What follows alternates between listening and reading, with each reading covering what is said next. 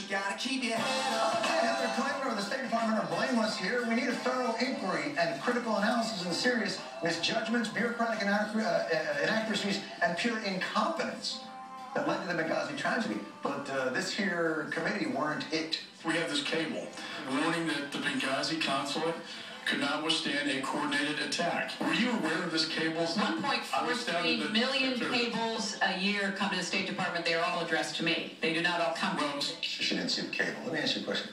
Were they Time Warner cables? Because that would explain why they never showed up.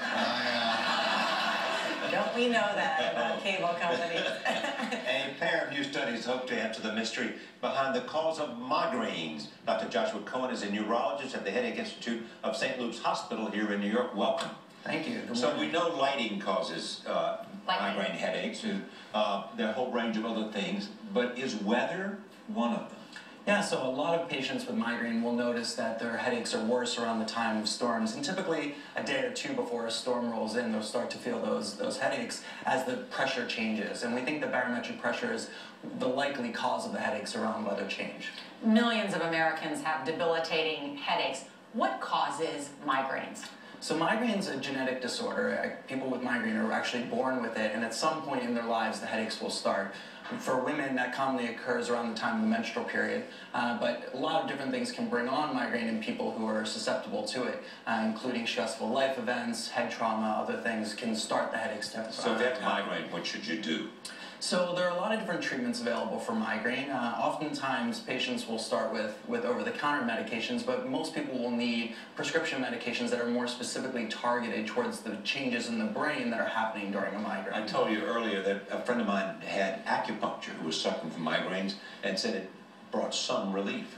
There are some good studies on acupuncture, and it is one of the alternative treatments that we do employ in patients with migraine. We tend to approach each patient differently and to really tailor treatment to them individually. There's another study that says these triggers are overrated, and can things like chocolate or bright lights cause migraines? Or so there are a lot of different triggers for migraine, but we don't usually think of triggers as one-to-one. So it's not that you are exposed to one trigger and then get a headache.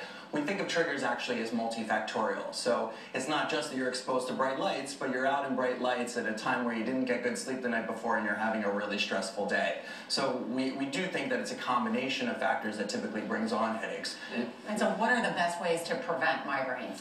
So for a lot of people, simple lifestyle changes can have a huge impact. Things like being well hydrated, eating regularly, sleeping on a good schedule and getting sufficient sleep, and exercising regularly. But for some people who have more frequent headaches, they may need to go on medication. What's the difference in a headache and a migraine?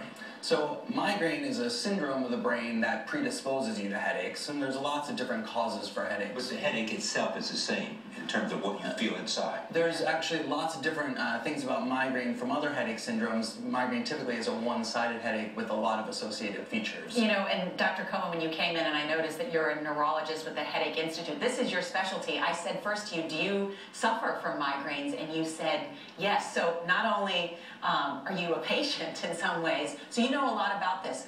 What personally do you do in order to make sure migraines don't come on? So I also employ a lot of those lifestyle changes myself to make sure I don't get a headache, and I have good medication to use when I do get a headache to knock it out. For a while, I was even on preventative medicine to stop the headaches from happening. Well, that's good information. Dr. Cohen, nice to meet you. Very nice to meet you, Thank you very Charlie. much. The major political parties face some internal fights.